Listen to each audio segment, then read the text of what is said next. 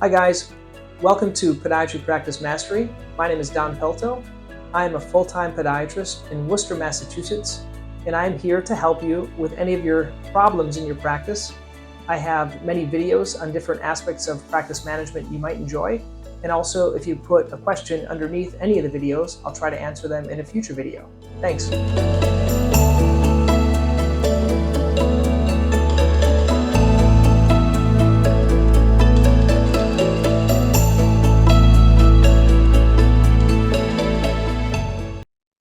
Hey guys, Don here. Welcome to Podiatry Practice Mastery. We're going to talk about warts today. We went over a lot of high profit procedures. That's what we're going over, 8 of them. We went over episode 1 was EPAT, ultrasound, amnio. Episode 2 was nail procedures and Cariflex, Onifix, and Lunula. And now we're going to go over wart stuff today. That's high profit procedure number 6. And if we have time, we'll go over a couple of other ones. Let's talk about warts. Everyone treats warts. When I first started, we were using laser. Primarily, we had the Cutera laser, and that's still the one that we use. What does Cutera do? It basically blisters it up, and that wart will fall off with that blister. It's not one visit; it's multiple visits. So the drawback with the laser is that it hurts a lot to do the procedure. And we have like settings on our laser to do it, and we put it in there. It's all in the EMR packet that I have, what settings we use. But we have that one. We also, in our other office, we have the Remy, and so that one you can use as well. It doesn't quite hurt as much, but I'm still used to using the Cutera, basically just because that's what I'm used to. We used to, before we had the Cutera, another option you might want to consider when you're starting out is we rented pulsed eye lasers, so you can rent them, and we used to rent them as block time. So we rented them, let's say, 1 day a week, and all of us did our laser work that day. And so there were just like tons of wart patients, so we just zapped everyone. So that would be a good way if you don't want to buy a laser. You could rent them. There are medical companies that you can rent them from. I'm not sure what the price was now, but let's say you pay $500 or something to rent it for a day, and then you would use it, and they would fix anything. And so that might be a way to start out if you don't want to buy one, because they are kind of expensive. Currently, like I said, we own a couple of lasers, and the Cutera, that's the main thing I use it for. But a lot of my patients won't tolerate it, like little kids, and a lot of people, I just feel bad because it hurts so bad for doing it. So for laser, it's not my first line right now. I tend to do Cantharidin. That's what we're doing right now. So Cantharidin, I call it Beetlejuice, and I put a little bit on there. And if we get it from Canada, but we can't get it from Canada now after the pandemic. So what we'll do is we will do it. Sorry, I got distracted with the phone call here. We'll do it. We get a compounded pharmacy to make it for us, and that's how we do the Cantharidin. So we put the Cantharidin on. I tend to put it on with moleskin on top of it, and then another bandage. And I tell them to take it off either later that night or in the next morning. I tell them it's going to blister up. And if I'm going to do it in conjunction with the laser, I'll do the laser first. I'll trim down the callus over it, do the laser, and then I'll do the Cantharidin. And the Cantharidin, the benefit is that it doesn't hurt that day. So it's safe to use on kids. It works well, and then it blisters up. And I see them back usually at 2 to 3 weeks. A lot of times with wart patients, I can make 3 visits, so make them every 2 weeks for 3 weeks, because it's going to take more than that. Occasionally, if there's one lesion, I will remove that one lesion, but normally I'm not excising warts. In conjunction, if they want to do something in between, you can prescribe like a Carac or an Aldera. Sometimes I'll do that. The benefit of that is if you do that for a patient with warts and other things, it'll bump your level of a visit up to a 4 because you're doing a prescription. So that's the benefit of doing those. I don't do it for everyone, but that is something that could consider to do in between. You could also have them try to use something like a topical salicylic, but I find that with the Cantharidin, it tends to have such a big blister, they're not feeling comfortable to do anything afterwards.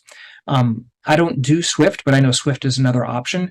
The reason I don't is because in Massachusetts, we get reimbursed quite well to do lasers and to do other types of lesion destruction codes.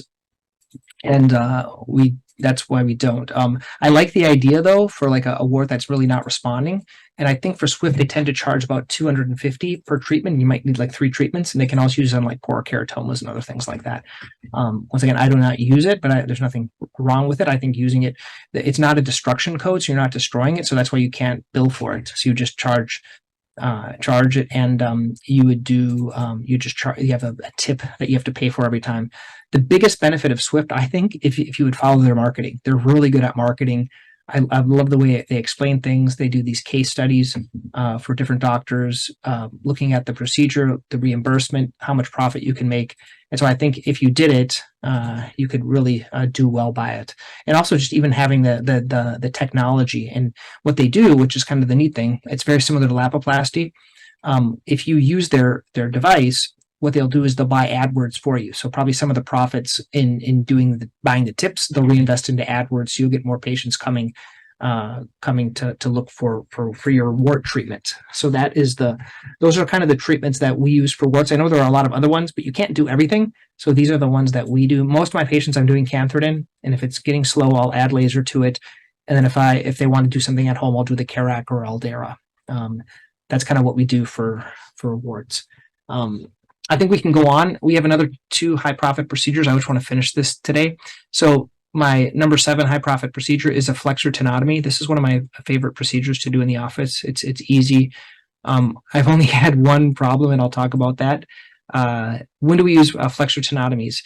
So I use it for any time there's a flexible hammer toe. So the hammer toe I can straighten with my hand. If I can straighten it and it's flexible, I can do it. But I don't do it on every flexible hammer toe. I only do it on ones that have really painful calluses or ulcers at the tips. So for those patients, I will do it. So what I do, it's real easy. You numb the toe, you take an 18 gauge needle, you poke it, and you go back and forth until you cut the tendon, and it straightens out. You hear a pop, and you can just even pull it as you're doing it, and you'll hear that pop as you're doing it. It just takes practice. What's my one error? I just want to share this. Is I had a patient that was neuropathic, and I used to put a little bit of Coband around there, and his wife was traveling, and he couldn't change the dressing. And so I put some Coband around the toe, and he didn't change it for a week, and he came in with a gangrene toe that needed to be amputated. So that was my one harmful thing about flexor tenotomies. Otherwise, I've never had a problem with them. So I would say don't do Coband around it, and just do a regular bandage, or just do a little bit just where the thing is. You don't usually need a suture, and you just want to make sure the other error I found is I don't cut enough of the tendon, or you cut too much of the skin. So too much of the deep tissue where you have like fat coming out of there. So you have to be careful with that. If that happens, you can put like a steri-strip on top of it. But I find flexor tenotomies are very beneficial. You have to talk to them when you're doing them that there could be a transfer lesion to the adjacent toes. So the adjacent toes could get that from the flexor tenotomy. And then finally, high profit procedure 8 would be an exhaustectomy. Those are my favorite things. You can do that any bumps, so bumps between the toes, so between the 3rd and the 4th toe, 4th and 5th toes, bumps, or bumps on like a metatarsals, anywhere they have bumps. If they're not like a ganglion cyst, I guess that would be another one. You could do an exhaustectomy or a cyst removal or cyst aspiration. So with those, what you do is you can, for the exhaustectomies, we just numb the toe, we make a little incision on top or at the tip, so at the tip or on the top, and we take a little rasp and we rasp that off. We do certainly a betadine prep, do this all in the office. We rasp it down and we do a suture. We have something called the MIS, minimal incision kit, in the office where we rasp it, shave it down. I do not use power. I just use a regular rasp, and then I suture it, usually 1 or 2 sutures in that area. And then I put patients, have them come at 2 weeks, put them in a surgical shoe, get post-op x-rays just to make sure it's gone.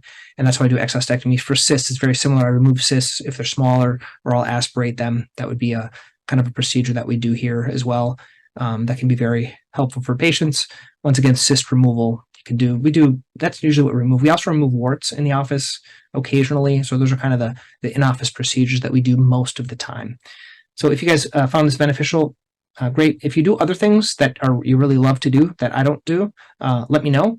And if you found this beneficial, you can join Podiatry Practice Mastery, which has this and everything else that we're talking about here. So I hope you guys found this beneficial. These are my favorite procedures. Love to know what yours are.